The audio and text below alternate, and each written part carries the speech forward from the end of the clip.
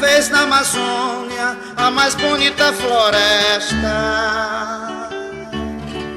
Mata verde, céu azul, a mais imensa floresta. No fundo d'águas e aras, caboclo, lendas e mágoas, e os rios puxando as águas.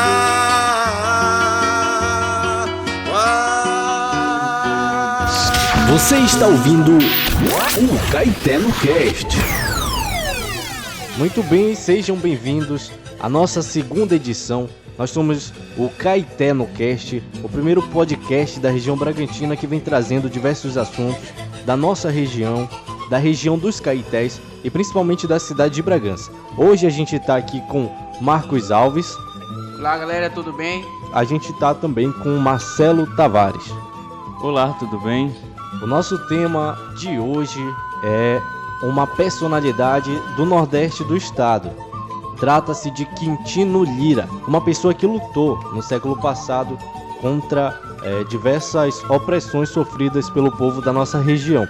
Inclusive, a gente vai conversar também com uma pesquisadora do tema da vida de Quintino Lira, que é a professora Juliana Patrícia, que mora na cidade de Santa Luzia.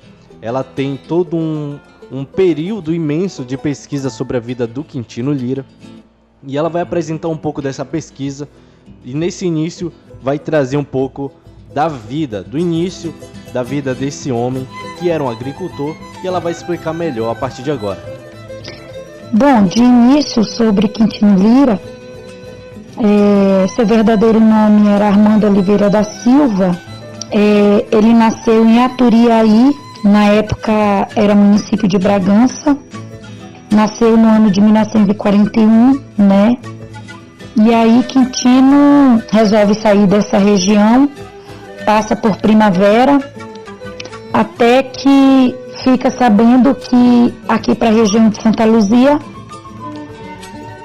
tinham terras disponíveis que estavam distribuindo, e assim ele vem para Santa Luzia do Pará.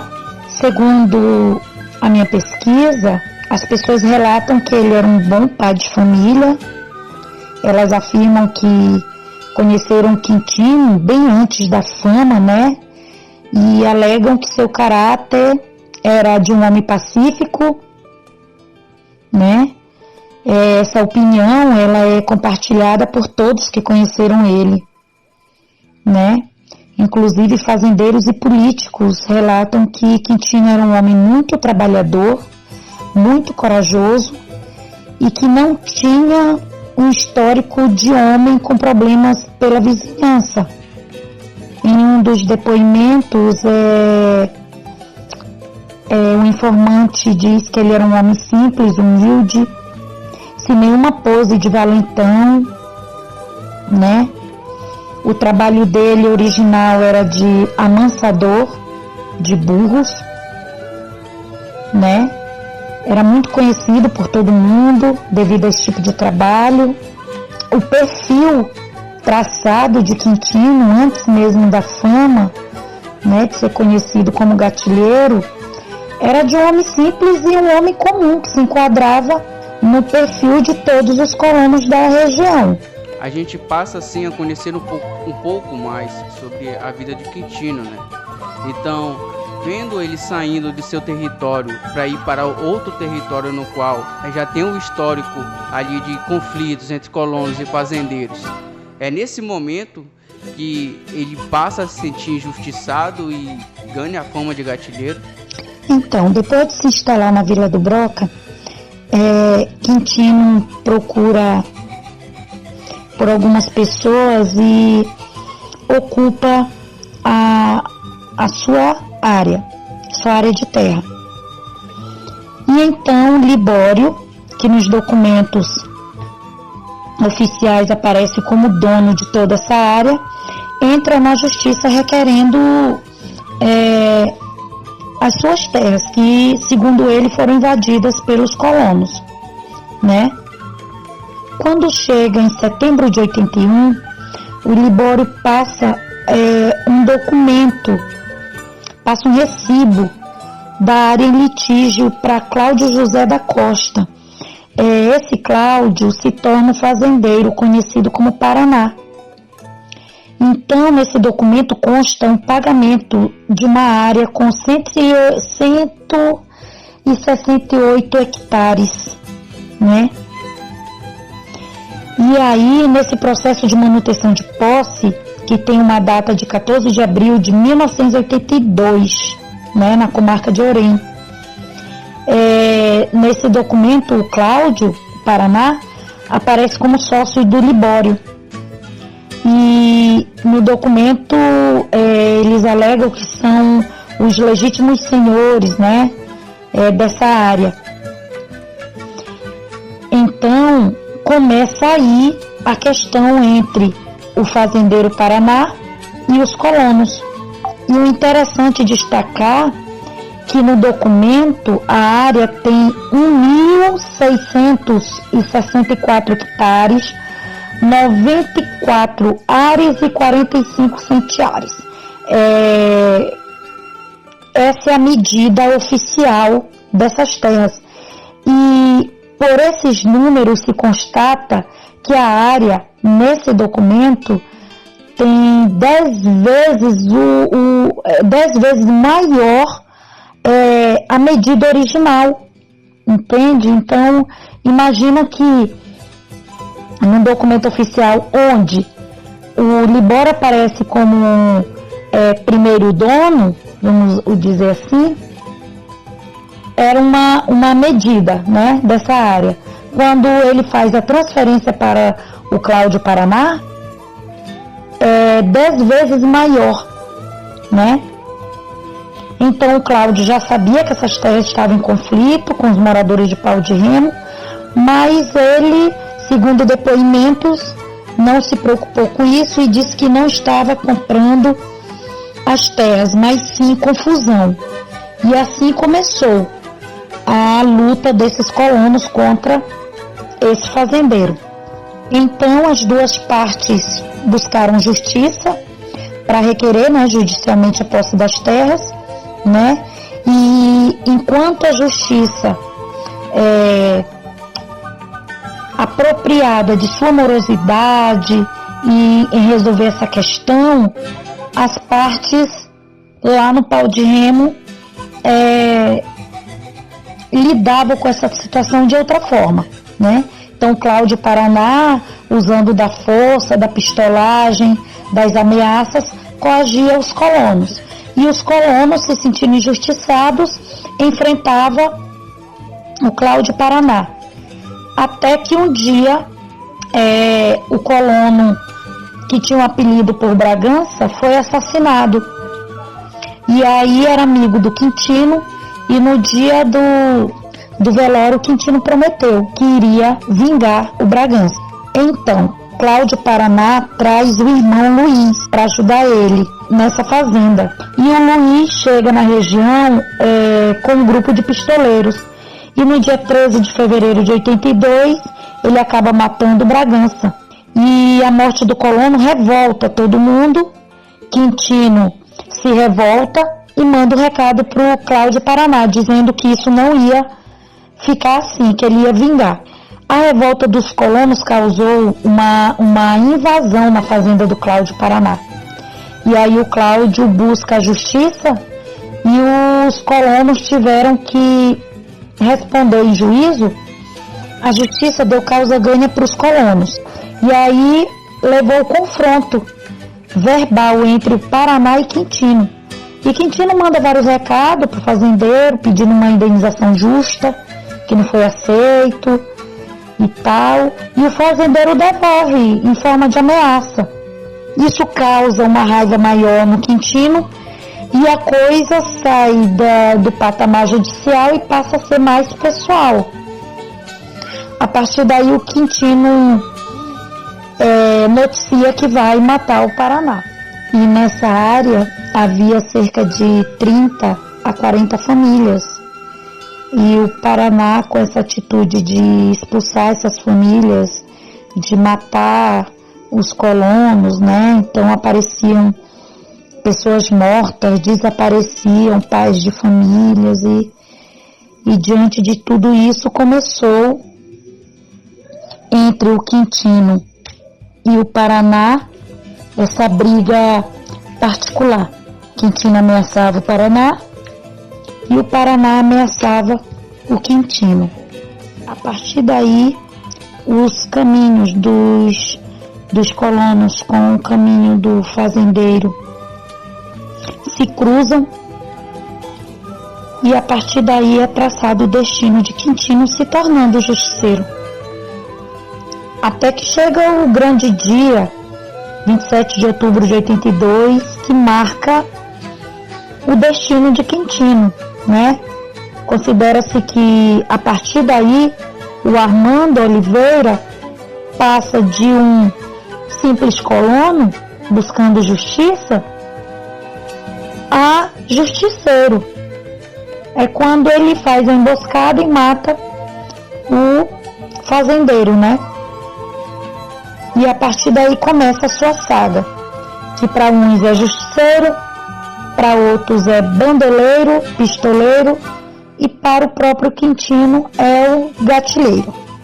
É muito interessante esse início e essa passagem de um simples agricultor para uma pessoa que vai buscar a justiça e acaba não encontrando devido a todas as condições que foi imposta para esses colonos.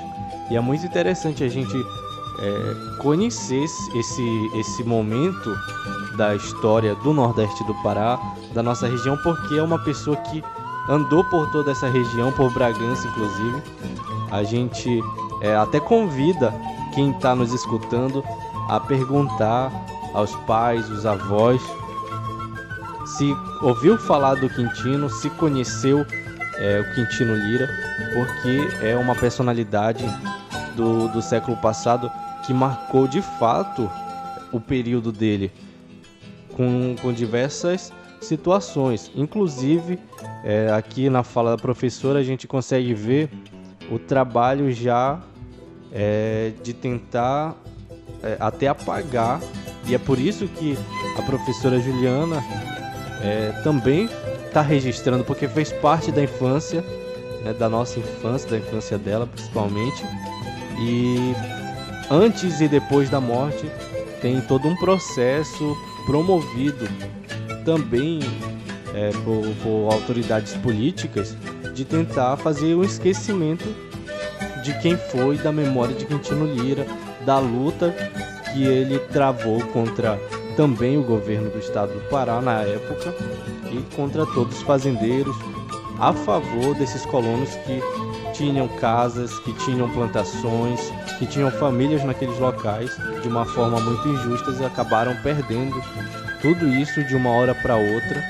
E a gente vai continuar agora ouvindo a professora Juliana, agora sobre uma certa mitologia, o fantástico que aconteceu nessa história desse homem que passou de agricultor para, como ele mesmo se dizia, gatilheiro.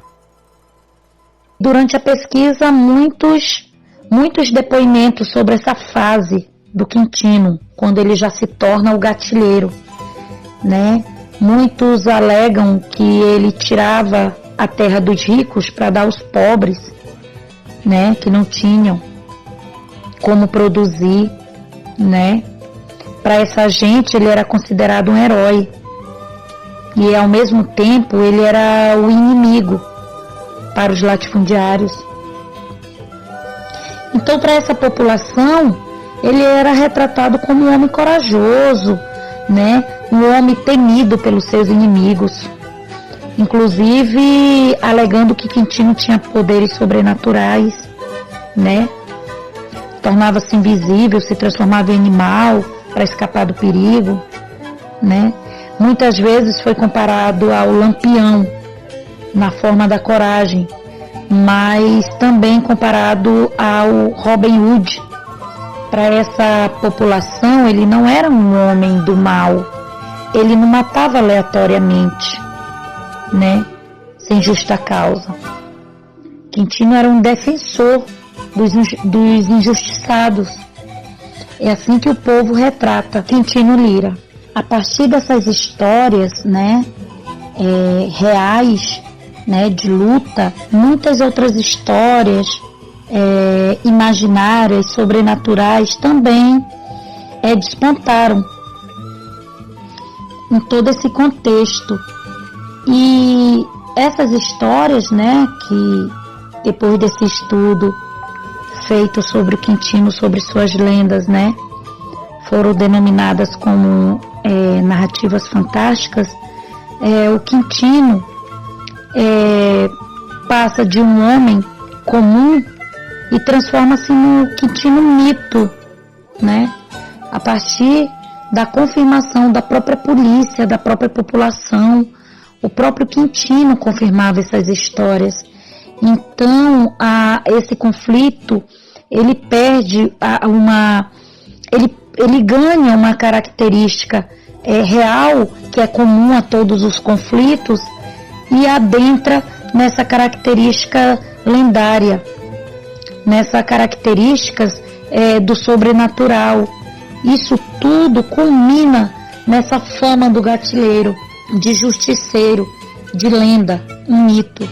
E para entender melhor esse fenômeno, e baseado nisso, lembrei agora do autor Malinowski, que ele explica que o mito ele não se trata só de uma ficção, né? Antes ele é uma realidade viva e que se acredita que ocorreu, que realmente ocorreu. Daí, quando você passa a entender o que diz Malinowski, você passa a compreender o que aconteceu com Quintino, né? Porque você é observado que ao mesmo tempo que o conflito que é factual, né? Ao mesmo tempo que o conflito acontece, as lendas sobre o Quintino surgem.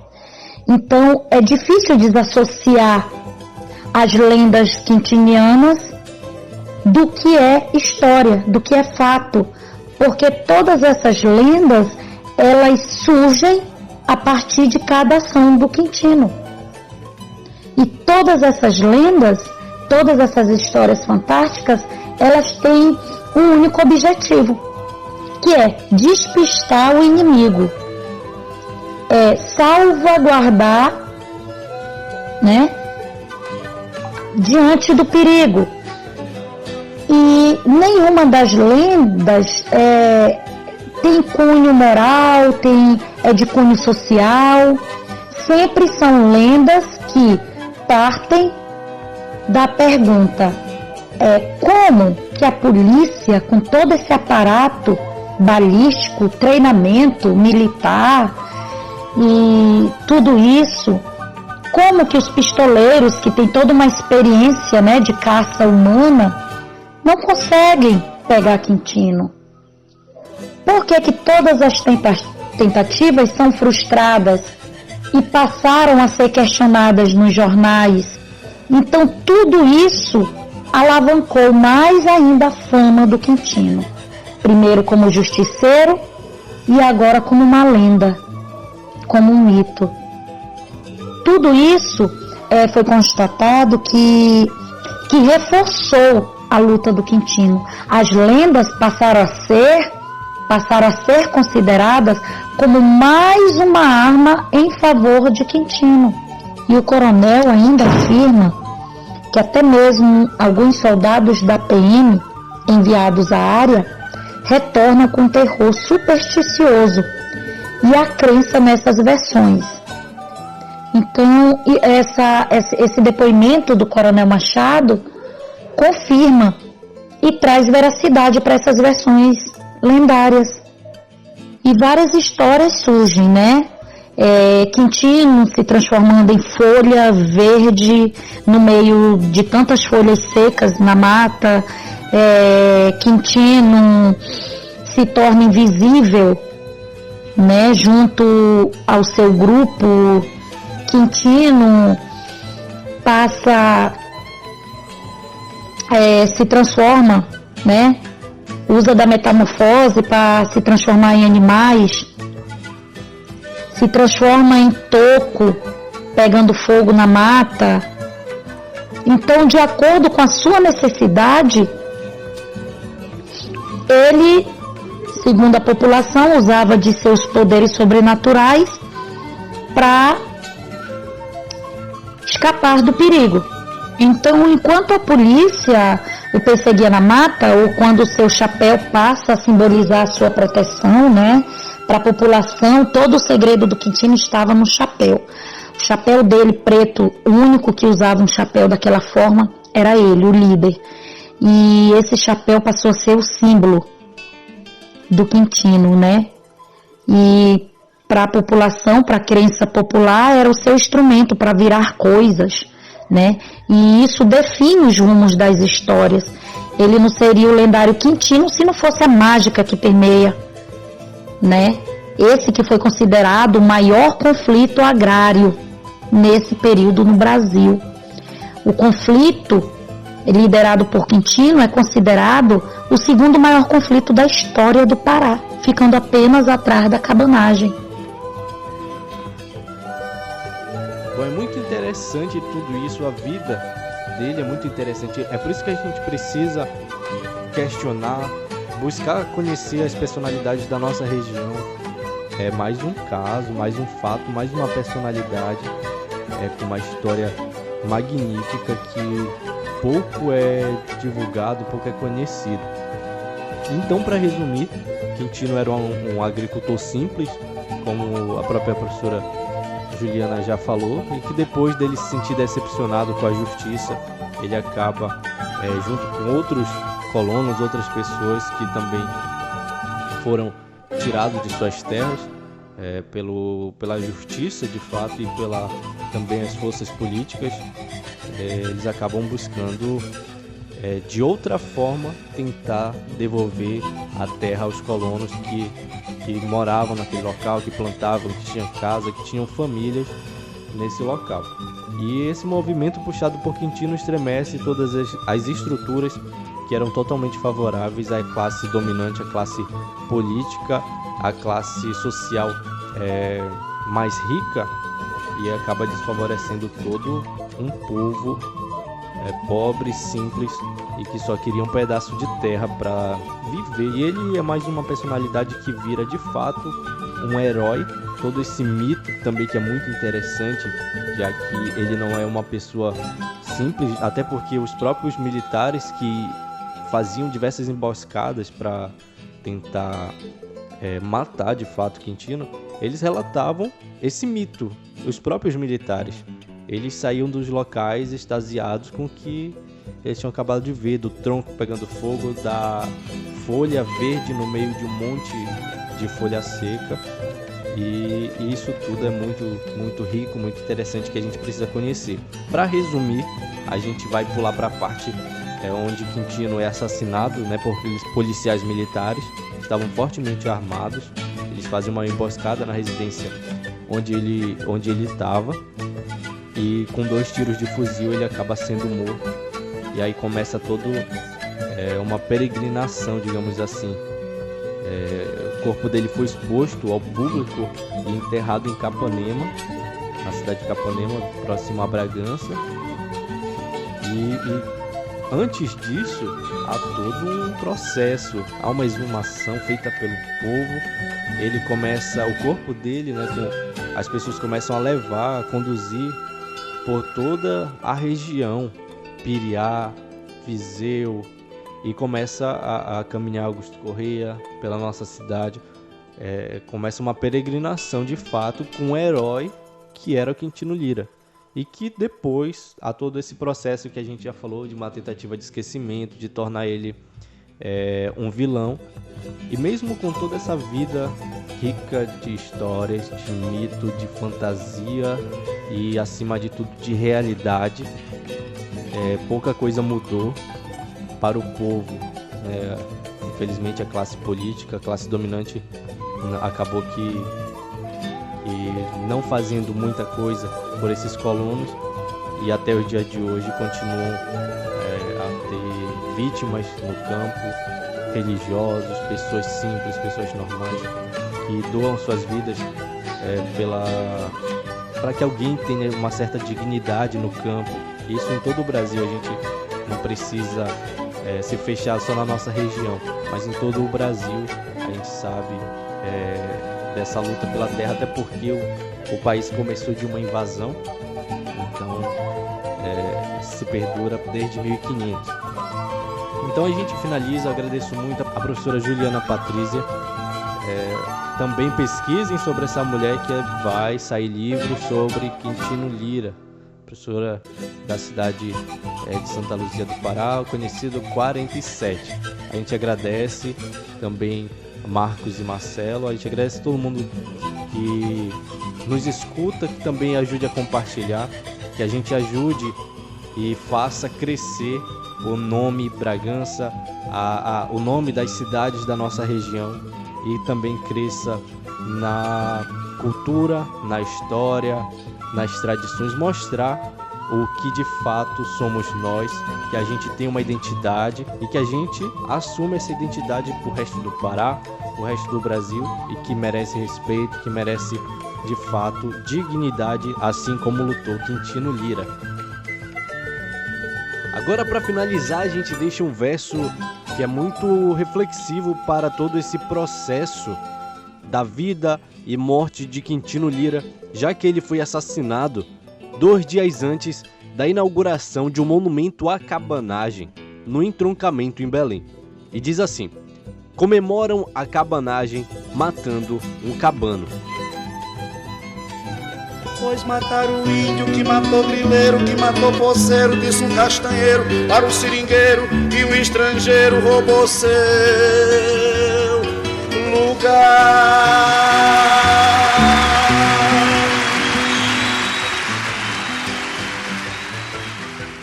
Então é isso, pessoas, chegamos ao fim de mais uma edição, dessa vez trazendo essa história riquíssima, importantíssima, e que a gente tenha na memória, que a gente aprenda mais sobre essa personalidade que é Quintino Lira, assim como tantas outras importantes que passaram pelo nosso local, pela nossa cidade, e que precisam ser conhecidas tanto nas rodas de conversa entre família, como também na escola. A gente aguarda vocês para a próxima edição. A gente vai trazer assuntos referentes ao folclore da cidade de Bragança e também fazer essa menção ao folclore amazônida. Então a gente aguarda vocês no nosso próximo episódio. Fez o Criador a natureza, fez os campos e florestas, fez os bichos, fez o mar, fez por fim então a rebeldia, que nos dá a garantia, que nos leva a lutar